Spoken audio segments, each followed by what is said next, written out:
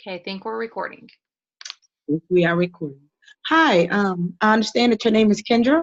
Yeah. I'm Lakeisha, and I'm here to ask you a few questions, a few background questions about yourself in order to get a better understanding of who you are and understand more about the presenting problems that you have. Can you tell me how would you like for me to address you? Just as Kendra's good. Okay. Can you tell me about what brings you in today? Um, you know, I just feel like with everything that's going on in my life that I've turned to use of alcohol to too much of an extreme. That I'm not I'm not using it for what I want. Like I'm overusing it, and I can see that, and I can see how it's affecting my life. And so I'm ready to have a change, but I don't know how to do it. You said a lot in a little bit of time. Change is good and it's necessary. Um, what I hear you say is that sounds like alcohol became something more social, or recreational, and just kind of evolved to something more. Yeah, Sounds more like a daily use. it just became my coping mechanism. Wow. Okay. I just, that's what I turned to when I had a bad day. And that's what I turned to when I had a good day. And then it just became, that's what I turned to. It didn't matter. Like, that's what I turned to. Mm-hmm. Wow. It's normal for us all to experience having a rough day. But the way in which we cope with it and and deal with life is the problem, the issue in itself. Um, it sounds like you have a lot going on in Yeah. your life. Can you start by telling me a little bit about yourself? Like, where were you born? Where were you raised? Your family dynamic. Yeah. So, I was born and raised in Utah. And I think that that makes it even harder because alcohol use is against our religion. And here I am using it to the extreme, and living in Utah, there's some judgment that's passed because of choices. Um, I lived in foster care for a while, and so that plays a role in choosing to make my choices. And um, I'm now married, and I have 4 kids, and my kids are of all ages. I have young kids at home, and I have older kids at home, and so it's a bit busy doing all of that. Wow. Okay. Raised in Utah, a very religious family. Yeah. Now you have a family of your own after being raised in foster care. Foster care. Can you tell me about your experiences there? Do you know anything about your adoption process? What made your parents go about with the adoption? So I actually wasn't put in foster care until I was a little bit older, and my parents lost custody of themselves of me, and so um, I had a good experience in foster care. I had a good family that I lived with, and they did a great job raising us, like raising me and the siblings that were in that home already. And so honestly, as far as foster cares go, I had a good life in foster care. Wow, that's good to hear because a lot of people don't have those experiences in foster care. Yeah. I've heard some horror stories. Um, you talked about your parents losing custody. Mhm. Was the custody issue or the battle itself, was it because of an addiction or a lifestyle choice that wasn't healthy? Yeah, so my dad was an alcoholic, and he would rage, and so he and my mom would get in a lot of domestic violence fights, and it got to the point where they had started abusing like all of us kids. Oh my. Um, How was that? How was your childhood growing up? Do you recall any of those traumatic issues or those traumatic times?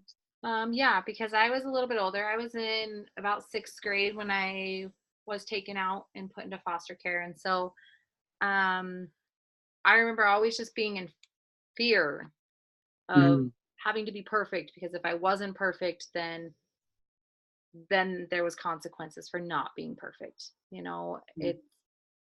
My dad was always drunk, and so if you set him off, then it was downhill for you from there. Wow,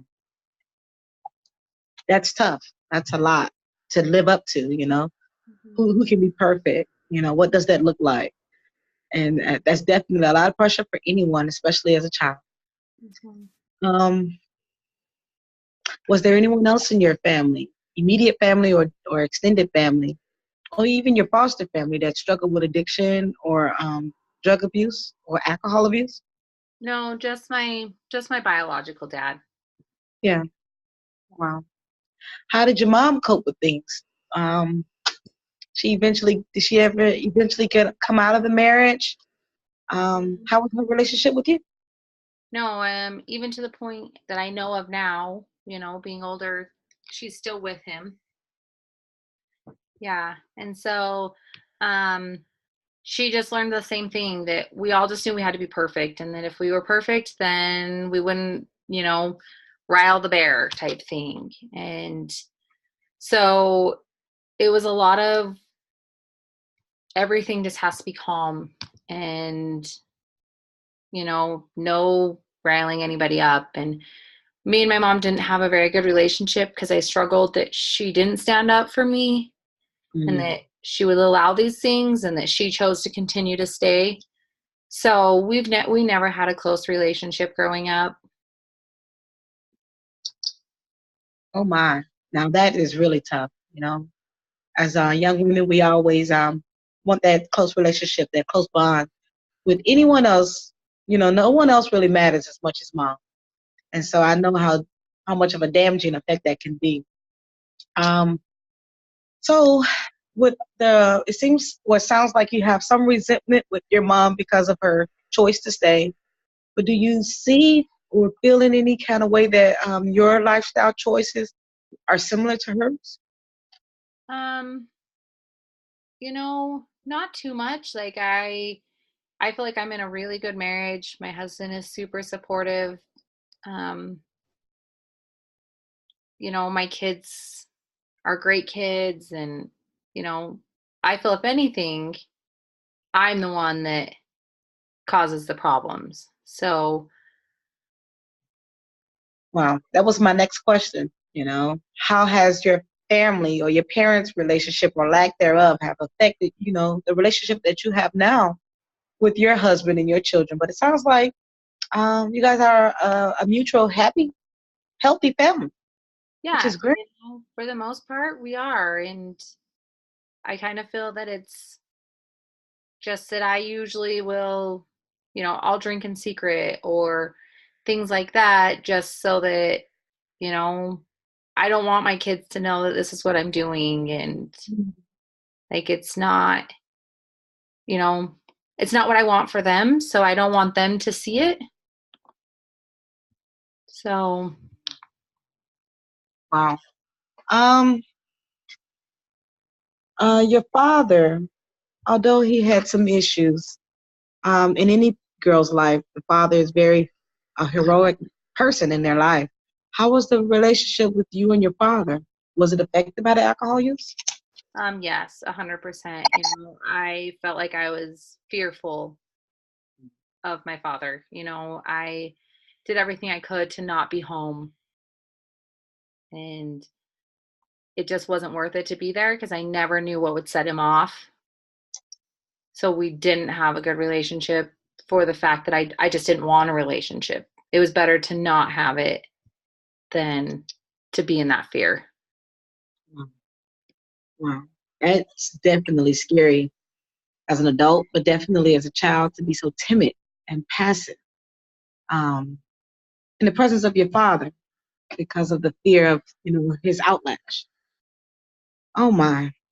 Um, you are very strong to, have gone through so much as a child, you know, um, just some things that you've gone through, I can't even imagine. So I think it's just brave of you to tell me your story and to see and hear the accomplishments that you've made despite everything that you've experienced as a child is to be commended. Wow. So tell me more about your alcohol abuse. Are you more likely to be around friends, by yourself? No, Um, um, my friends don't even know because, like I said, in our religion, it's not something that it's frowned upon, and so um, there's a lot of not necessarily repercussions of it, but there's a lot of things that could change if it mm, ever came out that I was drinking. And I, I guess I would call myself like a closet drinker. It's usually after everybody's gone to bed and I just have some time by myself, or um, first thing in the morning before anybody gets up, you know, just anytime that I can be alone for a little bit, then that's when I will drink. Or if I can have it in like a concealed cup so that nobody knows, but it's definitely not a social thing. with that being said, about how many drinks do you have a day? It really just depends on what's going on. If it's been a really rough day, or I know it's going to be a rough day, I can easily drink a pint of vodka in one day. Mm, Um, if it's not too stressful of a day, then I might just have a couple glasses of wine. But it usually starts that I'm going to tell myself I'm going to only have a couple glasses of wine. And then it usually turns into that I'm now drinking straight out of the bottle. So instead of drinking a couple glasses of wine, I'll drink the whole bottle of wine. wow. Okay. Depends on the day, Yeah. which determines how much you consume in a day. Mm-hmm. I understand that. Yeah. Because of your drinking and the addiction to the alcohol itself, has it caused any other problems with your health? Um, not that I'm really aware of. Like I said, I haven't ever disclosed it to my doctors that I drink and stuff. And so, but not that I'm aware of. I don't think that it's caused any problems. Okay. How about legal issues? Have you ever had a DUI or had to be mandated to come to any kind of counseling? I realize if I'm going to choose to drink, then I usually don't drink enough that I'm not able to function until I can come home and just be home. Okay. Wow. Um, okay, I definitely understand. Um, in regards to your day to day outside of drinking and taking care of your family and being there for your husband, do you have any other social obligations when you work or have any other hobbies or skills? Yeah, so I mean, I work in the emergency room. I'm an ER nurse, and then I also am going back to get my master's degree in nursing, Wow. and so I also go to school in the evenings. Hmm. See, on top of everything you got going on, you still find a way to be productive. Yeah, And I think that's great. So your problems are not as bad as they appear. The drinking is definitely not healthy, but you still are able to live a very productive life. And so I think that's to be commended because a lot of people can't keep it together in that manner. yeah, It's and I really think good. that sometimes my past helps me keep it together, but I have to be perfect. Hmm. So I have to make sure everything stays in control. Control. Yeah. Tell me more about that. Um, just knowing that if I keep everything under control, then everybody's going to be happy and nobody will be mad, and I can keep, in a way, all the ducks in a line. And for me, drinking as much as I do, I think I've built a tolerance to it. And so it just takes that edge off of the anxiety of how do I keep everything together? I understand that pressure of having everything together, Mhm. being perfect and overachiever in your studies, at work, as a mom. I understand that pressure to have it all together. Because as a mom, that's what the world seems to be like in a strange type of way, to be super mom. And that does add a lot of pressure, a lot of pressure. Um, Self-care. Seems like you take a lot of time, and when you are by yourself, you're more likely to indulge in alcoholic consumption. Is there anything else that you can do or have done that you find comforting? Um, so I like to take a bath, but usually if I'm going to take a bath, then I want some wine to go Uh, along with that bath. my, I understand that. One thing leads to another. Do you have any friends, or do you have the support of your mother or your siblings? As far as your children, as far as anything social or interacting with others, do you have those opportunities? Yeah, so I'm still not in contact with my biological family, so I don't have contact with them. But as far as like socially, like I actually have a lot of friends. I've made friends through work, and um, I have some really good friends that I'm really close with. And um, I try and see them at least once a week, but with my busy schedule, that doesn't always happen. Between working in the ER 3 days a week and then my kids' busy schedule, like it just doesn't always happen. Hmm. So, with you having these close friends, and it seems also that you have a healthy and open relationship with your husband, you ever thought of disclosing to them, especially to your husband, your issues with the drinking and possibly seeking help? You ever disclosed to him in Uh, totality? so I think my husband knows. I just don't think he knows how bad it's gotten. Um, I think that he is aware that I'm drinking, um, but I don't think he sees as much as I'm drinking because I'm the one that pays the bills. So he doesn't see what's in the checking account. So he doesn't see how much I'm spending at the liquor store. And um, he works graveyards. So when I'm home alone at night, he's not seeing how much consumption is going on. And, so I think he knows. He doesn't support my decision.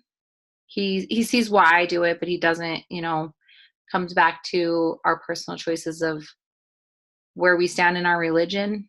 And he wants more for that.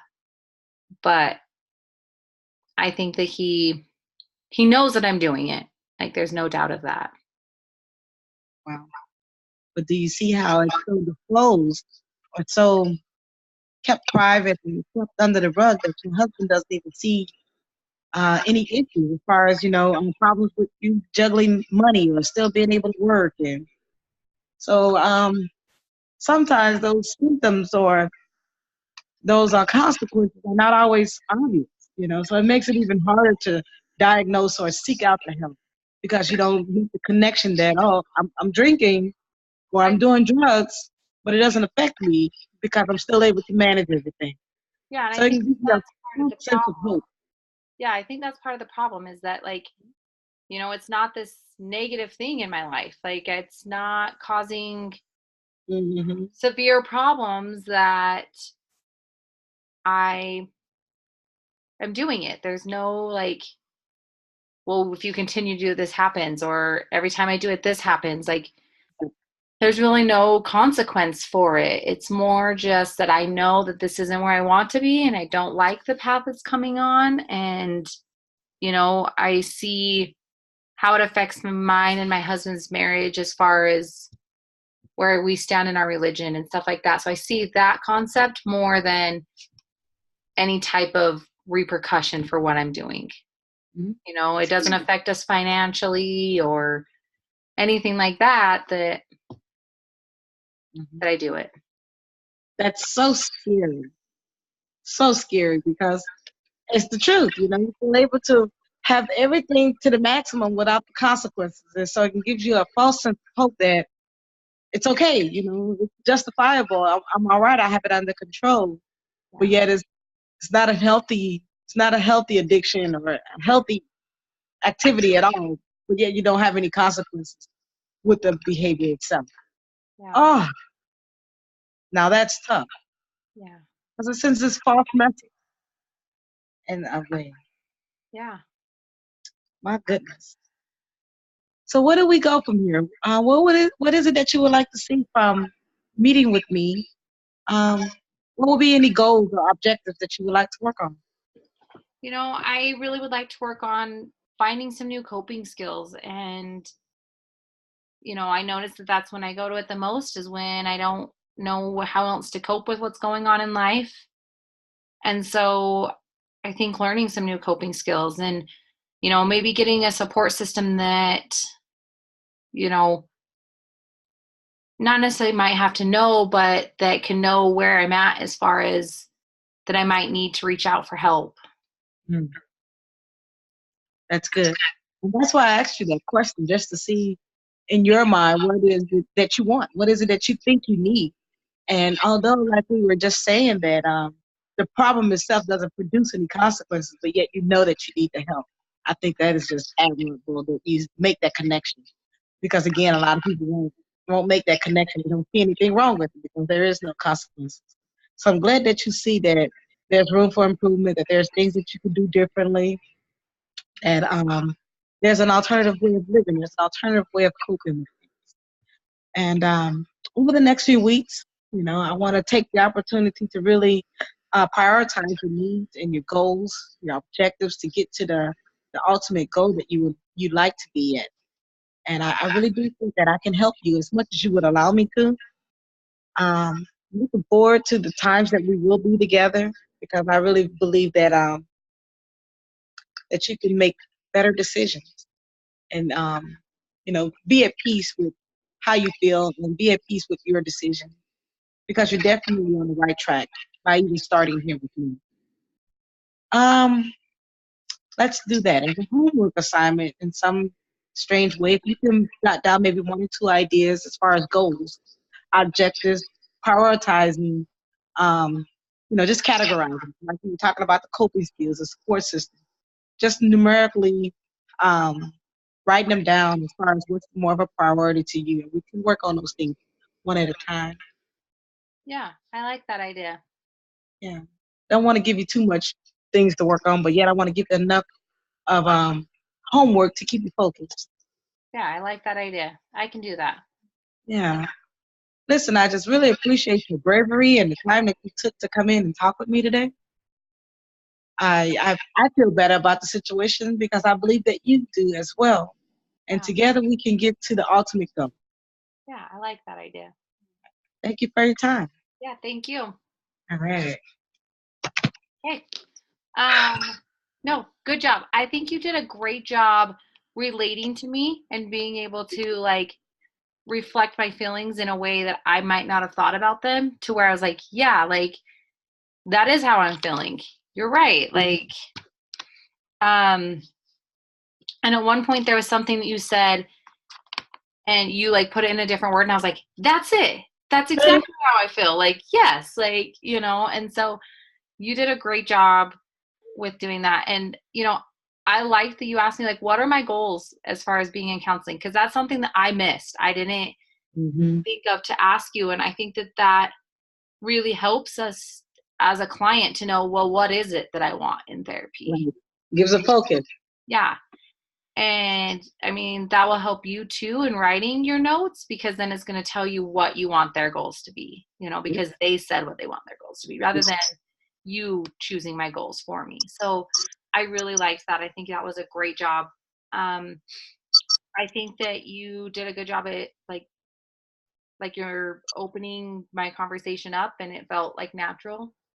Um, The only like thing that I would say is maybe using a little bit of minimal encouragers. Mhm. And sometimes that can be hard to see through the computer. You know what I mean? Like, because I could tell you were engaged, but like there just wasn't as much like minimal Uh-huh. encouragers to keep me going. Gotcha. But I mean, Keep you other than that, yeah, like okay. because there probably would have been things that I would have said without you having to ask if you would have just kind of like, does that make Listen. sense? Like, not Mhm. listen. I felt you were listening, but even just like gave me a couple head nods of like, yeah, like, okay, I'm getting what you're saying. Like, but I felt like overall it was really comfortable to talk to you and um like make that step forward of where I need to be in therapy. So Okay. overall, great job. Thank you. I feel elated and just to know that I got this far. I wasn't expecting to do this well. I felt comfortable, and I felt like I can do it because you told me that I could. Yeah, I feel very comfortable and at ease with my abilities now. I feel a little bit more competent. good. You did a great job. So I'm going to stop this recording. All right.